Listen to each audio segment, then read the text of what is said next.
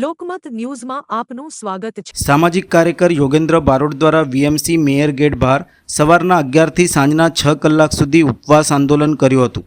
મહત્વનો મુદ્દો ઉઠાવ્યો હતો કે હાલનું નવું બોર્ડ પોતાની મિલકત જાહેર જનતા સમક્ષ જાહેર કરવી જોઈએ, એટલે કે 2.5 વર્ષની ટર્મ પૂરી થયા પછી જનતાને ખબર પડે કે વિકાસ વડોદરા શહેરનો થયો છે કે પછી સત્તાધીશોનો થયો છે।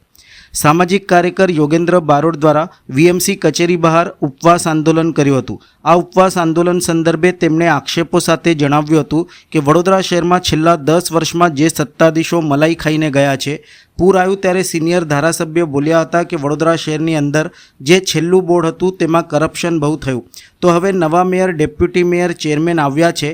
ચૂંટાયેલી તમામ પાંખને બે હાથ જોડીને વિનંતી છે કે વડોદરા શહેરના લોકોનું કલ્યાણ થાય, વડોદરા શહેરનો વિકાસ થાય, કેમ કે છેલ્લા 10 વર્ષમાં અને છેલ્લા 2.5 વર્ષમાં શહેરનો વિકાસ થંભ્યો છે।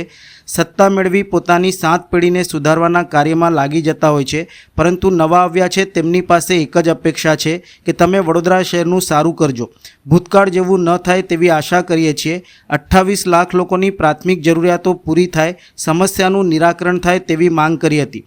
બોર્ડ બેસ્યું છે તો હવે તમામની મિલકત જાહેર કરવામાં આવે અને પછી 2.5 વર્ષ પછી પણ ફરી મિલકત જાહેર થાય ત્યારે લોકો સમજી જશે કે પ્રજાનો વિકાસ થયો છે કે સત્તાધીશોનો વિકાસ થયો છે। વડોદરા શહેરમાં જે 10 વર્ષમાં ચાબુકો માર્યા, મલાયો ખાઈને ગયા, વડોદરા શહેરની અંદર પૂર આવ્યું ત્યારે ભૂતકાળના મંત્રી અને સિનિયર ધારાસભ્ય હતા એ બોલ્યા હતા કે વડોદરા શહેરની અંદર જે છેલ્લું બોર્ડ હતું તેમાં કરપ્શન બહુ થયો। તો હવે નવા મેયર, ચેરમેન આવ્યા છે, નવા ડેપ્યુટી મેયર આવ્યા છે અને ચૂંટાયેલી તમામ પાંખોને બે હાથ જોડીને વિનંતી છે કે વડોદરા શહેરના લોકોનું કલ્યાણ થાય, વડોદરા શહેરનો વિકાસ થાય। કેમ કે છેલ્લા 10 વર્ષમાં, 2.5 વર્ષમાં એટલી બેટિંગ કરી છે, એટલું બધું ખાઈને ગયા છે કે હવે એમને એમના ઘરોની અંદર પણ આવશે, કેમ કે વડોદરા શહેરની પથારી ફેરવી નાખી તેમને। વડોદરા શહેરનું જે વિકાસનું નામ છે એ ફક્ત ને ફક્ત ખાલી નામ પૂરતું જ છે, પરંતુ તમામ જગ્યા પર વડોદરા શહેર, સફાઈ જુઓ તમે, રોડ જુઓ, બધી જ જગ્યા પર વડોદરા ફેલ છે।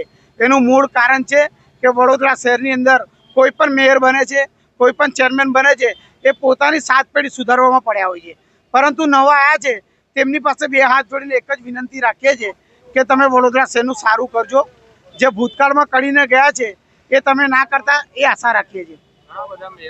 જે મેયર બન્યા છે નવા, એમના વિસ્તારમાં કાલે મીડિયા બાઇટ લેતી હતી ત્યારે ત્યાંના વિસ્તારના લોકો એવું કહેતા હતા કે અમારી તો ગટર લાઈન નાખવાની છે હજુ। એનો મતલબ શું થયો કે અત્યાર સુધીના મેયર, ચેરમેન જે બી આવ્યા છે એમને કશું કામ જ નથી કર્યું, એમને પોતાના ખાલી ઘર જ ભર્યા છે। એટલે મહેરબાની કરીને કહું છું ભાઈ, તમે હવે એવું ના કરતા, નહીં તો તમારા ઘરની અંદર છે ને ઉપરવાળો તો જોવે છે, કોઈ નથી જોતું। તમારા ઘરની અંદર લૂલા લંગડા છોકરાઓ પેદા થશે અને તમારા ઘરની અંદર છે ને એવું થશે ને કે ઉપરવાળો જોશે ને ત્યારે તમને અહેસાસ થશે તમારા બાળકોને જોઈને કે અમે આટલું બધું કરપ્શન કર્યું એટલે અમારે ત્યાં ગાંડા ગેલા બાળકો જન્મ લીધો છે। મારી માંગણી એક જ છે, વડોદરા શહેરના 28 લાખ લોકોનું જે સમસ્યા છે, નળ, ગટર, પાણી, રોડ કે જે બી સમસ્યા છે એ તમામ સમસ્યા વડોદરા શહેરના કલ્યાણ માટે સમસ્યા છે, એ સમસ્યા દૂર થાય એ આશા રાખીને અત્યારે 1 દિવસના ઉપવાસ પર બેઠો છું। પરંતુ 2.5 વર્ષ પછી તમે જનતા સમક્ષ અહીંયા જાહેરમાં એવું કહી દો કે ભાઈ અમારી આટલી મિલકત છે, તમે કલેક્ટરમાં તો આપો જ છો, પરંતુ જે એફિડેવિટ કરવામાં આવે છે કલેક્ટરમાં એ થોડું સાચું હોય છે અને થોડું ખોટું હોય છે। એટલે વડોદરા શહેરની અંદર એક બોર્ડ બેસે ને ત્યારે બોર્ડ બેસી ગયા પછી તમામ જે કોર્પોરેટર છે તેમની સમક્ષ જાહેર કરવામાં આવે કે અમારી મિલકત આટલી